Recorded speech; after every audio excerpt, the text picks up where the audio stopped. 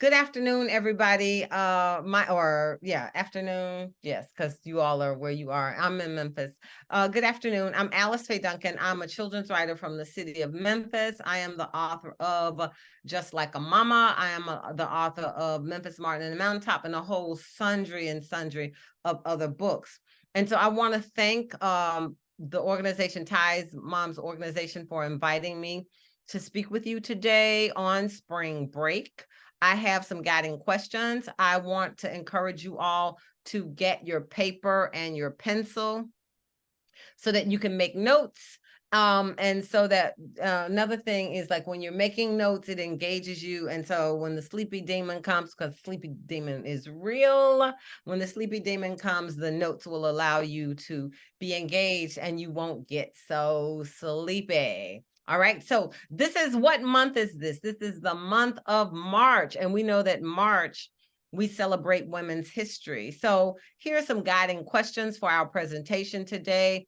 March is Women's History Month, and so my question is, for you, what Portland women deserve celebration during this month? Another question is, we know that mothers are oftentimes our praying warriors, and they are our fierce advocates. And so my question to you is, as we are celebrating March, who nurtured you just like a mother? And another thing I want to think about as I highlight my book, Just Like a Mama, because that's the book that I'm going to share with you today. I want you to consider, like, how many, it says, hold on, it says iPhone, but it doesn't say who it is. Should I admit them? I think that should be fine, Alice. Okay, there you go. All right. And so I want us to, as we are in March, I want us to, and also as I'm sharing my book, Just Like a Mama, I want us to consider, do we have friends and loved ones who are adopted, who are immigrants, who live in foster care, and who are being nurtured by women who are not necessarily their biological mom or their biological parent? And then I want to ask the question, as we consider our friends who are living in conditions where they are not being nurtured by their biological parents, like, how can we affirm them in their experience? And then I want you to write this word down. The word is fictive kin. I want you to write that word down, and before the end of my presentation with you, I will define that word for you. And then I want us to do something active today. Before the end of the day, I want us to actively pose the question and then do something about it, which is, how can you show gratitude today to a mother or a maternal figure in your life who has celebrated you and who has affirmed you? Okay. All right. And so with that, we will begin our program. And my goal for today is, let us celebrate those who have nurtured us. And my book that I'm going to share is Just Like a Mama. Just Like a Mama. It's a picture book that I wrote for students pre-K to like second, third grade. And it is illustrated by Charnel Pinckney Barlow. Just Like a Mama. Mommy and Daddy live miles away. I wished we lived together. Maybe one day that will be. Hold on. Now, what has happened, I apologize for this, but what has happened is, because I have the ability to bring the people into the place, it's in front of my screen. So I'm gonna start over if you don't mind. Oh, no Mommy, problem. okay. Mommy and Daddy live miles away. I wish we lived together. Maybe one day that will be. I live with Mama Rose right now. She is just like a mama to me. Just like a mama, she combs my hair. She buttons my winter coat. And when I leave for school, she waves and shouts, "I love you, Ladybug." Just like a mama, she teaches me things like how to make my bed and dribble a basketball. She bought me a watch when I turned 5. She taught me to tell time. She bought me a bike when I turned 6. It is yellow like the sun. In the summer, we ride to the city park. We listen to the blackbirds sing. Mama Rose tells me often, one day, child, when you grow up, you will spread your wings and fly. My mother and father live far away. I wished we lived together. I wish that they were here. But I live with Mama Rose right now, and she is just like a mama to me. Just like a mama, she wrinkles her nose and calls my name when I don't eat my dinner. She says, Carol, Olivia, Clementine, green peas are good for you. Yes, ma'am, I say. I wrinkle my nose and go ahead and eat them because there will be no chocolate cake unless I eat my veggies. Sometimes I forget to make my bed. My bedroom is a mess, and Mama Rose is not pleased. Like a mama, she points upstairs and yells, Carol, Olivia, Clementine, you have chores to do. I run along, I clean my room. I know it is not perfect, but I do my very, very best. And to that, she says, Carol, Olivia, Clementine, you did a super job. My mother and father live far away. I wished we lived together. I wish that they were here, but I live with Mama Rose right now. Mama Rose cares for me. Mama Rose is a hug and a kiss. Mama Rose is my home. She loves me like a mama, and I love Mama Rose. Just like a mama by me, Alice Faye Duncan. Now, we've ended the story, but I want to give you a new vocabulary word. And the new vocabulary word is fictive kin. Fictive kin. Fictive kin is a term that is defined as a made-up family. It's not a biological family. It's a kinship that is made up. It's a kinship that is created. It's a kinship that's chosen. So if you think of American slavery, and if you think of how during American slavery, you had moms, Black mothers, Black fathers on a plantation, and they would be sold away, but their children would remain on a plantation. So now those children don't have a mother and father on that plantation. So what would happen? Fictive kinships were made. That child then was loved and nurtured by other men and women on the plantation. And so those other men and women became that child's play mama, play daddy, play aunt, play uncle. And also if you can look at it the opposite way. If the mothers and the fathers are being moved to another plantation, but then they also become surrogate mothers and fathers for those children on that plantation who don't have mothers and fathers because they have been sold away. And so fictive kinships have been used in a myriad of ways to affirm and nurture children across generations. Look at immigration. Immigration, oftentimes parents in desperation and feeling like they have no choice and no other means for giving their children a better opportunity, parents will send their children from other countries to America, right? And then those children are received by sponsors, by relatives, by friends of the family who then become fictive kin. They become play mamas, play daddies, right? Some legitimately adopt, right? Some maybe end up find themselves in foster care.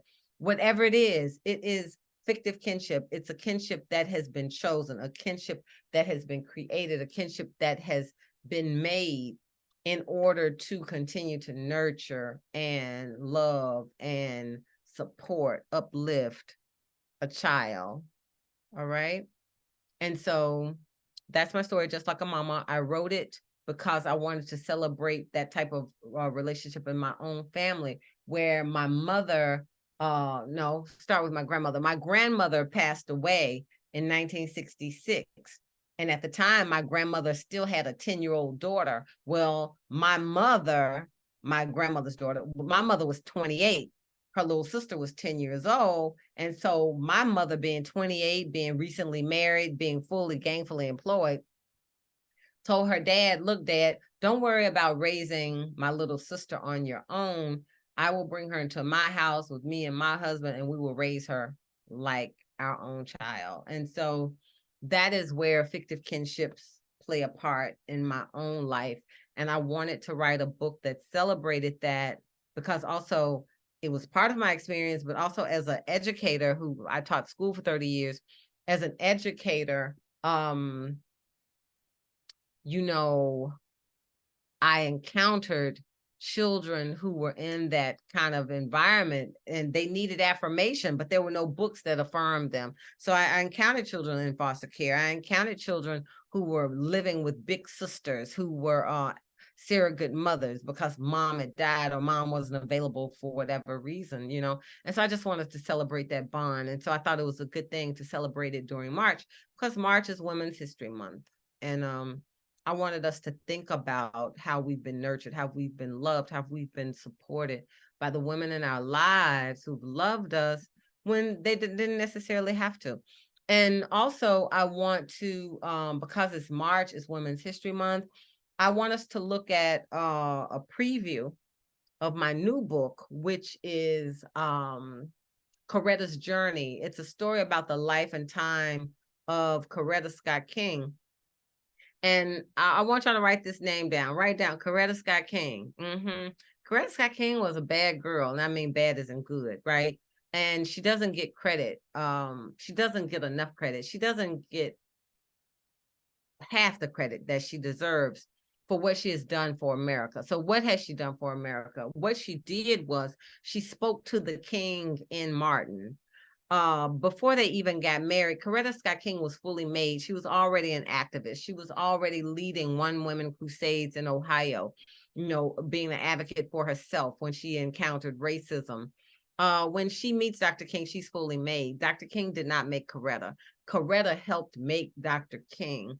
And so my new book celebrates the prophecy that's on her life. It celebrates her life as a activist who engaged in protest, and it also celebrates Coretta's life as one who dismantled Black patriarchy in the civil rights movement. The civil rights movement, the American civil rights movement, was very much a male-dominated, male-led institution. However, it was very much female-supported, and supported not only in time, but also supported by women in resources, right?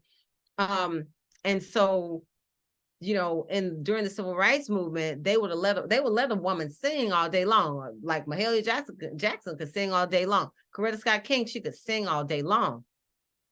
But they weren't giving women like Ella Baker an opportunity to do a lot of speaking, even though they were gifted in this way. And Coretta Scott King had the gift of prophecy on her life. But she does not activate it until the king dies. It says, the Bible says, in the year that Uzziah died, in the year that King Uzziah died, I saw the Lord, high and lifted up. And so that's what happens with Coretta. When Dr. King dies, then Coretta don't even pick up a songbook no more after Dr. King dies. It is from that point on August 8th in Memphis, is that August 8th? Yeah, August 8th in Memphis, that Coretta preaches her first sermon, makes her prophecy over what America will be if it does not change its ways. And her prophecy is coming true. We're living in that time. And so if you get an opportunity, please purchase that book for your children, purchase that book for yourself when it's available. You can pre-order it now. Ha, ha, ha, shameless plug. You can pre-order it now. But I want to share a poem from the book. It's called 1968. And it says, March 28th, 1968, left a trail of tears, trash, and broken glass. Every American city turned an eye toward Memphis, Tennessee. Mayor Loeb denied fair wages to striking sanitation workers. Pass me not, O gentle Savior.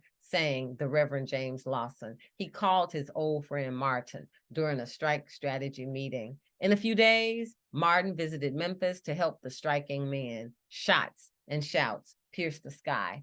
Dr. King died April 4th, 1968. Broken-hearted Coretta gussied up her gloom in black radiance. Life's tragedy left Venus alone to shine and pave a path of peace. Underneath pain was a holy fire. Coretta preached. Say it again. Coretta preached. Say it again. Coretta preached in Memphis. Entertainers, clergy, and marching men received her fiery admonitions. She did more than sing a song. Say it again. Coretta did more than sing a song. Yes, she did. Coretta spoke truth to power. If you want to know more about my other books, you can visit me at alicefayeduncan.com.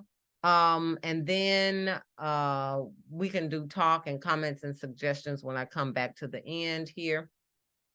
I thought we would have youth here, but we don't have so many youth, but I encourage you to share this with youth because I want to say something before I close, and that is none of us really, we think we know Dr. King, but we really don't. And so what I want children to always understand is that Dr. King was using his voice to dismantle the 3 triple evils. He was using his voice to dismantle poverty, to dismantle racism, and to dismantle war because he understood we were all inextricably connected together. And his mantra was nobody is free until everybody is free. So that's what I want children ultimately to understand. And when you speak with children, I want you to not simply, but I want you to, in this simple way, share with them what Dr. King was about. And what he was about annihilating the thing that was annihilating us, which is poverty, racism, and war. Come on, preach somebody. All right. And so if you should take time and you want to get my book, Memphis, Martin, and Mountaintop, which is over here, you can. This is a poem from that. It's a poem from that book. I won't go into that right now, but that book is full of poems, and this is a haiku from that book. And I do want to discuss this right briefly, which is that if we are going to destroy poverty, if we're going to destroy racism, if we're going to destroy war, or dismantle it so that those things can stop killing us, we need to bring a multitude of people in our circle, because it's going to take a disparate type of people, collection of people, in order to destroy those 3 triple evils. And so this is an actual man. His name was Tommy Moore, and he was the only white man that marched on March 22nd in Memphis in 1968. Why? He was marching to help the sanitation workers, but he was the only one that marched because it snowed. There were like 16 inches of snow that day. And all of the sanitation workers, they were poor. They had shoes with holes in it. They had coats with holes in it. And so walking and marching in the snow was not feasible for them on this particular day. And Tommy Moore, knowing that, he said, you know what? I have a battle cry, and that is, do right, Mr. Mayor, and I am willing to stand alone. And so he stood alone that day and he marched. And the poem, there's a haiku I made for that day. It says, yellow daffodils, 16 inches under snow, King canceled his march. When it snowed that day, King canceled his march. And ultimately, we know he came back to march and there was a riot. And ultimately, we know that Dr. King was assassinated. And so on that, I will share a poem from the book. It's called The King is Dead. And you can read it with me or repeat it after me. Just make sure that you're on mute. And it says, the king is dead. Not long ago, there lived a king. He did not sleep in a castle. He did not wear a crown. He did not rule a royal court or ride in chariots. The king marched in the street. He lived to help the poor. He lived for peace and love. Hate killed the king. The king is dead. What will the people do? Hate killed the king. The king is dead. What will the people do? Hate killed the king. The king is dead. What will the people do? What will you do? King is dead. Rosa Parks is dead. George Washington Carver is dead. George Washington is dead. Alexander Hamilton is dead. Who else? Einstein is dead. Toni Morrison is dead. All of these famous people, they are dead. But who is here? Say it with me. I'm here. I'm here. You're here. Your neighbor is here. Neighbor on the other side is here. We're here. And because we are here, that means we have the task of doing what Dr. King never did. Because we are here, we have the task of doing what Moses never did. What did Dr. King never do? What did Moses never do? That is, they saw into the promised land, but they did not receive the promise. Dr. King saw into the promised land. He said, I have looked over into the promised land, but Dr. King did not receive the promised land, and therefore it would behoove us to work together to bring a multitude and multiplicity of people into our circle so that together we can work toward and march into the promised land. That's right. And so that is my challenge to all of you who should see this presentation. Let us march into the promised land together. And remember, I said that I wanted to encourage you all to celebrate your moms, or celebrate those people who have been maternal figures to you. And the way I want to encourage you to do that is you can write them a letter today, or you can write them a poem today, or you can send them some cash, or cash app your mama today, in honor and celebration of the love that they have given you, of the affirmation that they have given you, of the celebration that they have served you.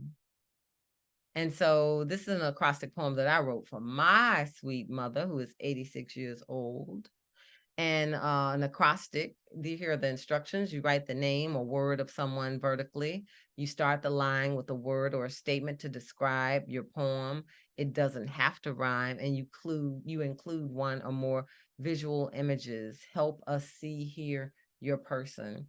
And so my acrostic for my mama, I use mama, M-A-M-A. My acrostic goes, Mama, you are love and light like a summer sun. Mama, you are music and grace like a Sunday morning. That is a poem for my mom in celebration of her this March, Women's History Month. And what does the next slide say? Oh, that's a music. That's what the next slide says. So anyway, so what we'll do now is we'll go. Y'all can't hear that anyway, because it was a Joe Sample song that I had. So what I'll do is now I'll go back to this. No. There you go. So there we are. So now you can talk back to me if you like, and we can have comments, suggestions, questions, or you can give me some helpful advice.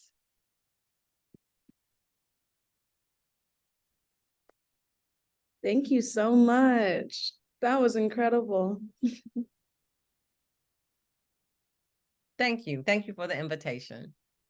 Yes. And if anyone has comments or questions, we can drop them in the chat. And then, you can answer on mic, but that way we can stay muted if anyone has any questions. But I did want to know if there's somewhere I can drop, I'm going to drop it in the chat, a link to the pre-order.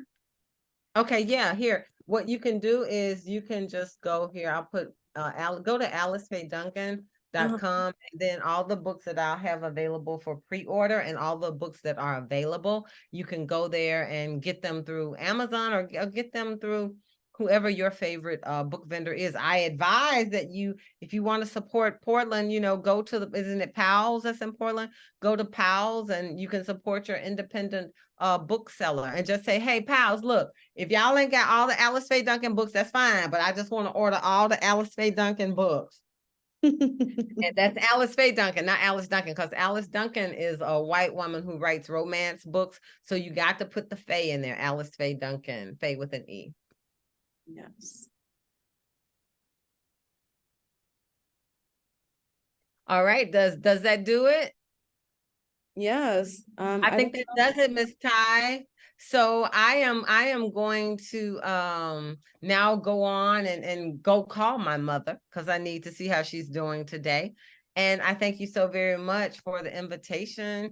And I will see you all around maybe next spring break.